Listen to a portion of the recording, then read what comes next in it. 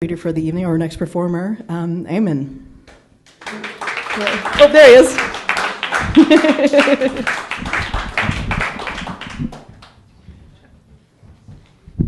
I'm going for Jen, everyone. Let's start with a riddle. What is something that belongs to you, but other people use it a lot more than you? Guy in the corner, don't answer. Your name. Exactly. Okay, that wasn't a very good riddle. So yesterday, whilst doing stand-up comedy, we were talking about names and how people who come from the Middle East have to gregorize their names so they can be pronounced here. And I found out that I'd written an article about this that was published in a magazine like almost 6 years ago. And in going with that, I will read that article out to you. But the funny thing is, we really don't give much stock to how being bilingual works with names and how we change our names. So Jen, I'll ask you a question. What is your name? And I'm not trying to guess your password here. What is your full name? Like first name, last name, everything? Yes. Jennifer Marion Franco. 3. Sir, you're very distinguished. Heather Lynn Ruggiero. Okay, all of you have just 3 names. In the Middle East, our names are a family tree where I start with my name, then my father's name, and then my grandfather's name, and then my family name. So when I first moved here and somebody asked me, what is your middle name? I was like, what on earth? What do you mean by middle name? I have 3. And they're like, 3 middle names? So here we go. I called this article Your Most Precious Possession. Okay? We're going to skip through the intro, which was, riddle me this. What, in essence, belongs to you but is used by others? You guys guessed it because you're smart. Once upon a Mortal Kombat comic book, this riddle was the key to unlocking infinite power. I did not come across this by chance. I read it in a comic book in the 90s. The answer, in case you are still stumped, which you are not, is your name. Granted, for the first few years of your life, we do not go by our name unless we're in trouble. And it's called out in full.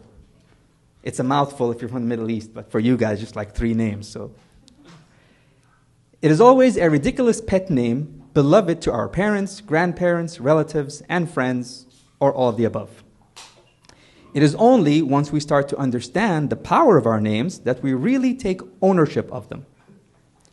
The first confirmation of our identity is our name on our birth certificates.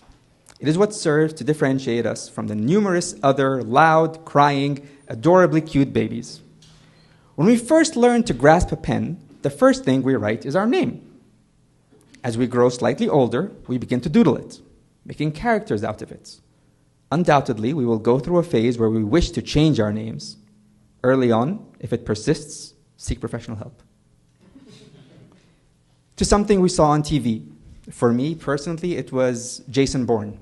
And not the Matt Damon version, the one before that was on TV. That's how old I am. I was around 4 at the time, and yeah. Struggles will continue. The order in which your name is written will matter. Which name gets mentioned and which is forgotten will matter. For the entirety of my life, to this very point of writing this article, my name is persistently incorrectly written as Nasser. I wrote this article when I was in Kuwait, and my family name is Nassar, but everyone would always just say Nasser, and this persisted for 36 years in the country, okay? On all forms of documentation and in pronunciation, despite my arduous indignation. Gradually, our name grows on us. We learn to love it, cherish it, even walk around the house beating our chests and pronouncing it. I do that after long runs. At this point of acceptance that a seismic shift in cosmic powers occurs to throw a proverbial monkey wrench our way. And, depending on which side of the globe you are from, the situation will vary. However, the result is the same, as you will have to accept the change to your name. In the West, where you guys are, and I am now, I wasn't when I wrote this, The main reason behind changing your name are if you're entering witness protection, or if you get married, if you're a woman. Women may change from their maiden name to either their husband's or a hyphenated portmanteau of sorts, or they will keep their maiden name as is. Right on, sisters, who decide to do this. In the East, specifically the Middle East, we believe in equality for all. No, we don't. So if you decide to get married, the woman need not change her name at all, initially. It is only when the stork comes to visit that they bring with them a new identity. Witness protection, remember? Along with a bundle of joy for the parents. Henceforth, they shall forever be referred to as Bu, father of, or mother of. It gets tricky. If your first child is a girl, you use her name. If you have a son afterward, you change to his name.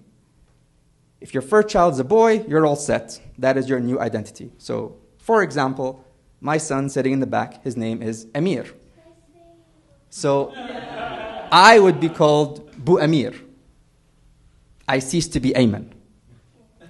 It was not until I took my child to a nursery and got called Bu so-and-so by the receptionist that it dawned on me, the little brat is stealing my identity.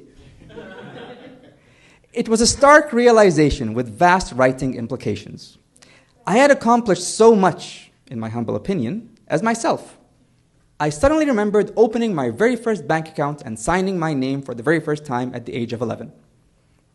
You go back to try to close that bank account and they ask you to sign the same exact way when you're in your 20s. And I'm like, what?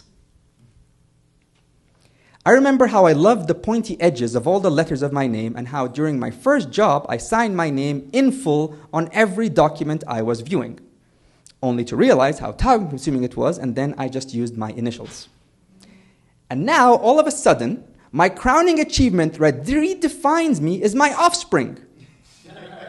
Not the band Offspring. Am I now legally required to declare this to the authorities? Is there some sort of form I'm required to fill out with pictures? Some parents run at this with reckless abandon, voluntarily updating their social media handles. Imagine if it were actually required, whereby Facebook and Instagram say something like, "Congratulations, we've noticed that you are a new parent. Would you like to update your name now or wait a short while longer?"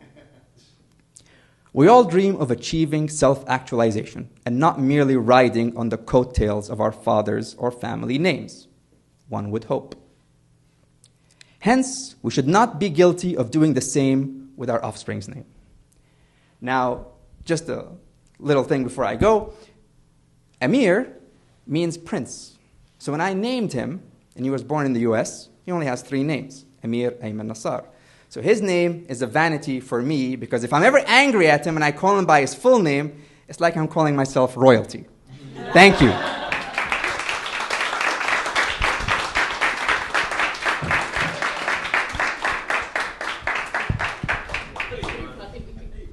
Yeah, just a quick question. What do the law firms do back home with all these names? It must be a black. The forms are very long. Yeah, I can imagine. Hey, What is your full name? Could I say my full name? Yeah. Yeah. Sure, say it. You say it. yeah, get on stage. Come get on up. Stage. Yeah. This is my full name, Amir Ayman Khalid Hassan Nassar. Yeah. Come on, your turn. Ayman Khalid Hassan Nassar. See, so it's like Oh, okay. him, me, my dad, my granddad, family name. So you never forget who you are. There you go. Thank you. Another big hand for Ayman. That was great. We're going to have one more reader, and then we're going to take just a 5-minute break so you can get up, use the washroom, grab a drink. At the same time? Hopefully, with any luck, no. But please join me in welcoming